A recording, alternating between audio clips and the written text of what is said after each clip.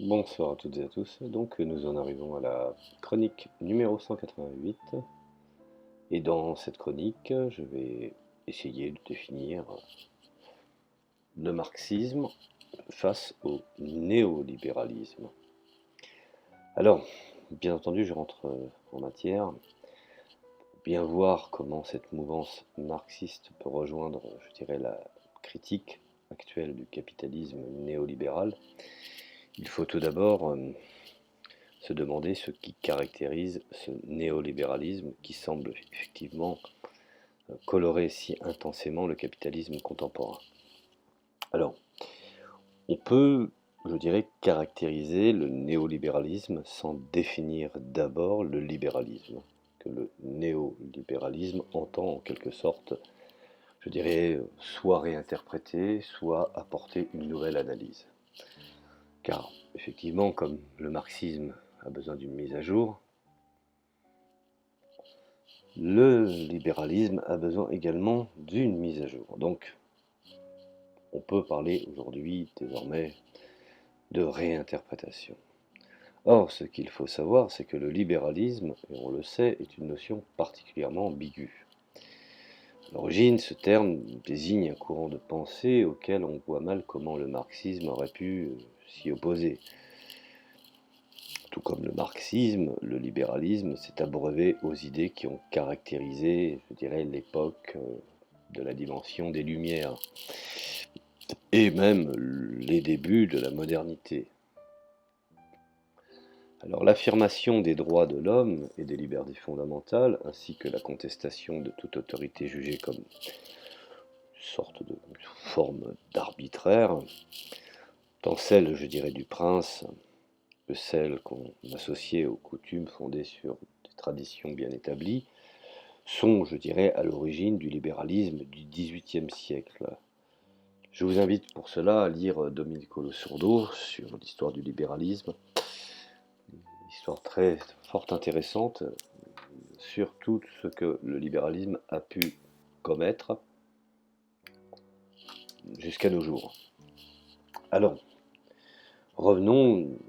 à Marx. Il s'agit en fait là, je dirais, de la position que Marx avait fait sienne avant même,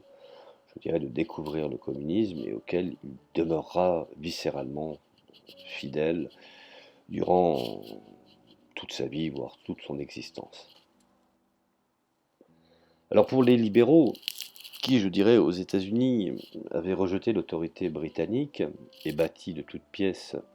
un État moderne, le libéralisme suggérait d'utiliser cet instrument étatique pour veiller, je dirais, à assurer,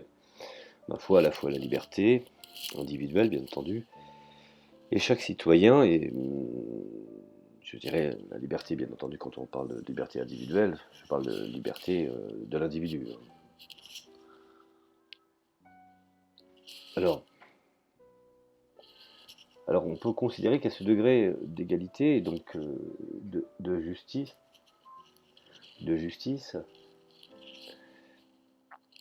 que l'autorité arbitraire des puissants de la métropole avait rendu finalement au fond inaccessible. Alors, on comprend donc une chose essentielle et importante, c'est que dans ce contexte, ce sont ceux qui ont voulu recourir à l'État pour défendre cet idéal qui furent depuis lors qualifiés de libéraux. En Europe, par contre, les libéraux, estimant qu'il valait mieux laisser faire, les individus, que de leur imposer, je dirais, des décisions fortement, je dirais, contraignantes, voire même arbitraires. Et n'ont pas eu, je dirais, le choix, voire même le loisir de reconstruire de toutes pièces un État façonné à partir de leur conception, de sorte que, voici, ils ont dû continuer de lutter pour la cause de la liberté contre, je dirais, différents régimes qui se sont succédés sans répondre à leurs aspirations réelles et sérieuses. Bon. Alors dans ce contexte, je dirais, les luttes pour la liberté et même pour la justice, justice égalitaire, pouvaient difficilement être menées de front, de sorte que ces libéraux n'ont pas tardé à se heurter aux socialistes pour qui le rejet des anciens régimes devait ouvrir effectivement la voie à une société plus juste, une société nouvelle, fût-ce bien entendu aux dépens de la liberté individuelle, qu'il était préférable selon eux de subordonner aux interventions d'une autorité plus éclairée. Alors cette tension, d'ailleurs présente avant même l'avènement de l'idéologie socialiste, jamais résolue par la suite, a forcé certains libéraux notoires, tels que par exemple Adam Smith, qui n'hésitait pas à reconnaître d'importantes responsabilités à l'État, ne l'oublions pas, et ça je l'ai souvent mentionné. Les libéraux de l'époque d'Adam Smith ne sont pas les néolibéraux d'aujourd'hui. La notion, effectivement, de considérer l'État et les lois intérieures était un peu plus importante à l'époque. Et donc, effectivement, Adam Smith invitait à se montrer plus prudent dans la défense de la liberté individuelle. Alors, quant aux économistes qui, au cours des 2 siècles qui ont suivi la publication de Wealth of Nations, ont poursuivi, tels que par exemple John Stuart Mill, Léon de Valras, John Maynard, Keynes, et bien entendu Paul Samuelson. Alors l'analyse des vertus du marché libre, ils ont de plus en plus, insisté, d'abord sur la nécessité d'une intervention étatique, ce qui aujourd'hui n'est plus, même, est devenu carrément une lutte. Mais il faut savoir que leur apologie de l'intervention étatique, ne serait-ce que pour mettre en place, des conditions très restrictives qui, à leurs yeux, permettraient seules à ce marché libre de fonctionner de manière à la fois efficace et moralement acceptable.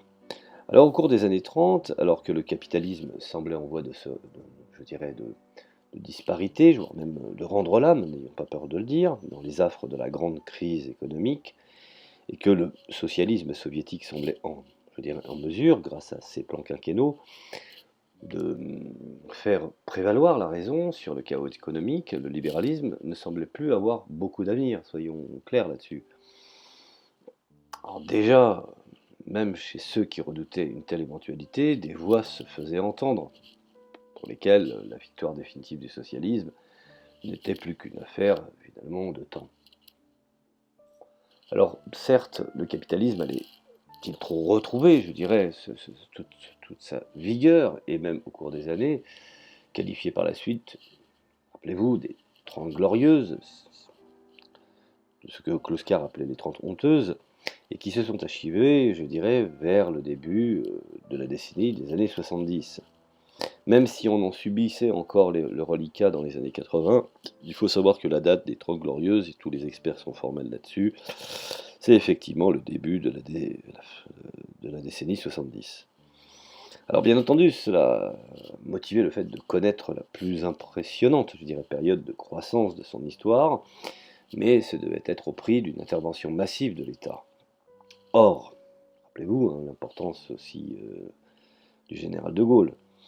Or, la croissance, de l'État, de la fiscalité, de la dette nationale, associée bien entendu à une intervention directe, qu'on pourrait même qualifier en termes économiques d'une intervention accrue, a vite fait, d'apparaître comme remède plus grave que le mal aux quelques irréductibles défenseurs du libéralisme dont l'inquiétude s'est progressivement propagée auprès de couches de plus en plus importantes de la population.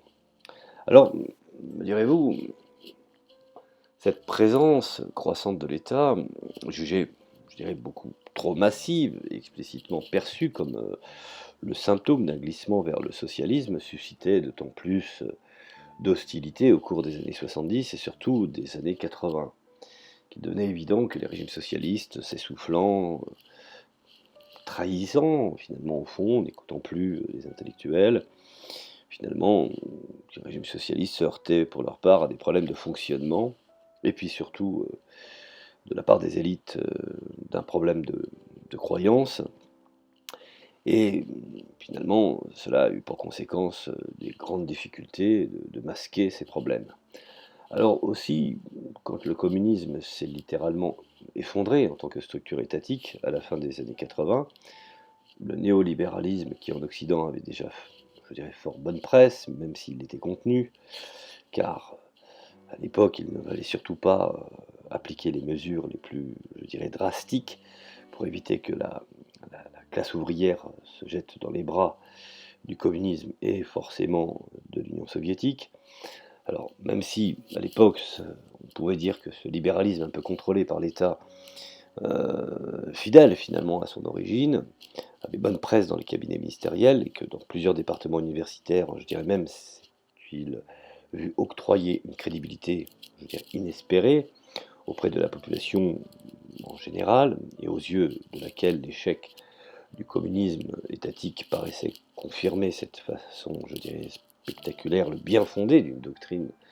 qui en constituait, je dirais, son, son antithèse. Alors ce néolibéralisme était un retour aux intuitions qui avaient conduit les libéraux du XVIIIe siècle à célébrer les vertus de la liberté et à ceci près, je dirais même face aux déboires rencontrés par les politiques interventionnistes et surtout par le socialisme. Alors cette position s'y affirmait, il faut être honnête, de façon beaucoup plus radicale, d'une part, puisque l'interventionnisme et le socialisme n'ont guère réussi à résoudre de façon satisfaisante les injustices sociales qu'ils dénonçaient, qui peuvent être expliquées pour différentes raisons. On avait moins de mal à soutenir le libre fonctionnement des marchés, complété par une intervention minimale de l'État, et serait, selon certains, serait mieux à remédier à celle-ci tout en permettant d'accroître le plus efficacement la richesse générale. C'est ce qu'ils ont cru à l'époque. D'autre part, n'oublions pas que les défenseurs d'un libéralisme ainsi renouvelé pouvaient appuyer certaines de leurs conclusions sur des analyses scientifiques qui leur faisaient défaut au cours de longues périodes pendant lesquelles le libéralisme avait progressivement perdu sa crédibilité au profit de l'interventionnisme et du socialisme. Alors, aux mains des économistes de l'Université de Chicago, hein, pour ne pas parler de Friedrich von Hayek ou de Milton Friedman, ou des adeptes du monétarisme, et de ceux qui finalement se sont engagés dans leur sillage, le néolibéralisme a inspiré d'importantes contributions à la science économique. On ne peut pas le nier. Toutefois, je dirais, restons les pieds sur terre, ce succès a même été vite à son tour exploité idéologiquement pour justifier les comportements agressifs de capitalistes qui avaient désormais les mains libres, où il n'y avait plus de, je dirais, de possibilité d'avoir un contre-pouvoir, et tout comme leur allié naturel, le gouvernement américain, fatalement, qui ne rencontrait plus guère de résistance dans sa volonté d'étendre ses, je dirais, n'ayons pas peur de le dire, ses tentacules dans toutes les régions du monde, tout comme le caractère scientifique au sens qui s'applique aux analyses économiques du dernier tiers du XIXe siècle, de certaines contributions de Marx a pu être mis au service de la volonté révolutionnaire des adversaires du capitalisme. Alors, le caractère scientifique au sens, bien entendu, je voudrais qualifier là-dessus, parce que qu'on ne mélange pas tout, au sens qui s'applique aux analyses économiques du dernier tiers du XXe siècle, de diverses contributions et des économistes d'orientation néolibérale, qui a pu être mis au service des ambitions illimitées des grands capitalistes contemporains. Alors, c'est à cet état de choses que font face aujourd'hui, donc les choses, voilà, j'ai essayé de planter le décor, faire un petit résumé, mais c'est à cet état de choses que font face aujourd'hui ceux qui s'engagent dans des manifestations et qui prennent pour cible non seulement le capitalisme, mais ce néolibéralisme qui l'inspire, ainsi que les phénomènes même de la mondialisation, à la faveur duquel le capitalisme parvient à étendre son emprise. Alors, étant donné que finalement la multiplicité des causes qu'elle entend promouvoir, ces manifestations ou je dirais les revendications, on le voit bien avec les gilets jaunes, les revendications de toutes parts, qu'elles soient anarchistes, écologistes, féministes, la liste serait longue et fastidieuse, et autres, je dirais même, se joignent aux contestations radicales du capitalisme néolibéral et des politiques adoptées par les pays les plus puissants, qui sont assez différents de celles que mettaient en branle, je dirais, les marxistes de jadis. Bon. Alors, il est douteux, on l'a vu, que les thèses de Marx puissent être, je dirais, d'un grand secours à ceux qui s'engagent dans cette contestation, car les structures socio-économiques sur lesquelles s'appuie le capitalisme, à l'aube du XXIe siècle, diffère trop, je dirais même, c'est la grande question qui doit être posée, car il y a quand même une différence de celle qui caractérisait finalement au fond celle de la fin du XIXe siècle. Et pour qu'une analyse si perspicace soit-elle de ces dernières, qui puisse s'appliquer utilement aux premières, et au vu de peu de crédibilité scientifique dont jouit présentement, effectivement, aujourd'hui, on peut considérer que la pensée de Marx a une certaine crédibilité auprès d'une vaste majorité d'intellectuels, il est aussi très peu probable que le marxisme puisse apporter aux contestataires d'aujourd'hui une caution idéologique du type de ce qu'il a su efficacement offrir aux révolutionnaires de jadis. Tant il est vrai que seule une théorie suffisamment crédible peut exercer une action idéologique efficace. C'est en cela que, effectivement, il faudrait qu'il y ait des intellectuels, un peu comme Lénine, Lénine moderne,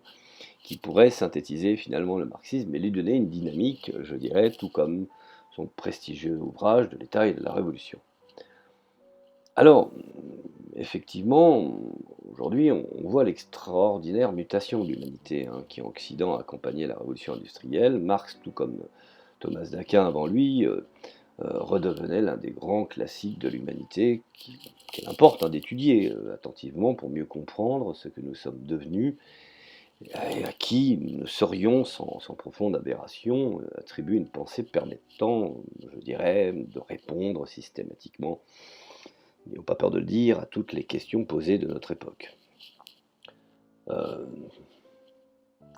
Toutefois, je voudrais dire que, comme la pensée de Marx et le marxisme militant, qui connaissent effectivement maintenant des destins largement indépendants, on peut se demander si le marxisme peut encore renaître de ses cendres. C'est la grande question qu'il faut se poser. Alors, s'il y parvient, ce ne saurait être grâce à une réactualisation, bien entendu, de la pensée de Marx, qui peut certes intéresser les marxologues et tous ceux qui veulent mieux comprendre le devenir de notre civilisation, plus exactement civilisation sociale, mais qui ne peut rendre compte de façon particulièrement utile des enjeux actuels. Si le marxisme peut dans ce contexte redevenir une force réelle, c'est plutôt en tant qu'il n'est rien d'autre, je dirais, que cette réalité sociale évoquée, je dirais,